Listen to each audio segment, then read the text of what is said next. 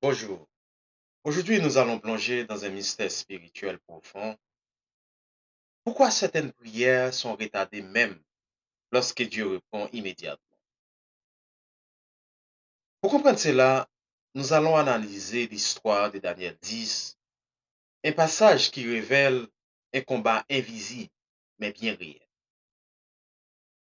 D'abord, commençons par la vérité la plus rassurante. La Bible dit dans Ésaïe 65, verset 24, avant qu'il m'invoque, je répondrai. Cela signifie que Dieu n'est jamais en retard. Lorsque Daniel a commencé à prier et à s'humilier, Dieu lui a répondu dès les premiers jours. Imaginez que vous envoyez un message urgent à un ami très fiable. Il vous répond immédiatement. Le problème n'est pas l'ami, mais la route empruntée pour que la réponse vous parvienne. Mais alors, s'il a répondu, pourquoi Daniel a-t-il attendu 21 jours? C'est ici la bataille commence. L'ange lui dit, le chef du royaume de Perse s'est opposé à moi pendant 21 jours. Il s'agit d'une puissance démoniaque, territoriale, essayant d'empêcher la réponse d'arriver. Donc Dieu avait parlé, mais l'ennemi bloquait le passage. Pensez à un colis envoyé depuis l'étranger. Il est bien parti, mais resté bloqué à la douane. Le problème n'est pas l'expéditeur, mais l'opposition entre les deux pays. De la même manière que vos prières peuvent être retenues à la frontière du monde spirituel.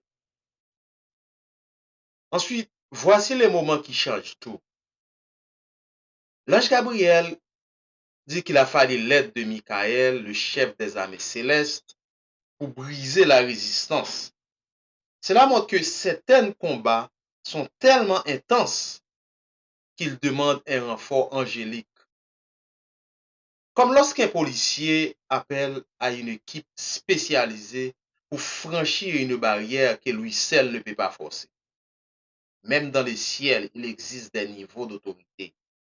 Alors réponds à la question. Pourquoi nos prières sont parfois retardées? Alors que signifie cela pour nous aujourd'hui? Voici trois raisons principales. La première, la résistance démoniaque. L'ennemi sait ce que votre réponse peut changer dans votre vie. Alors il lutte pour retarder, fatiguer et décourager.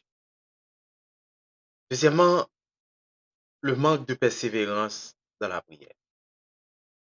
Si Daniel avait arrêté après 3 jours, il n'aurait jamais reçu sa réponse.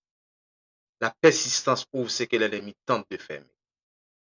Troisièmement, l'alignement spirituel. Parfois, Dieu répond vite, mais il doit nous préparer avant que la réponse s'installe. Concrètement, que faire?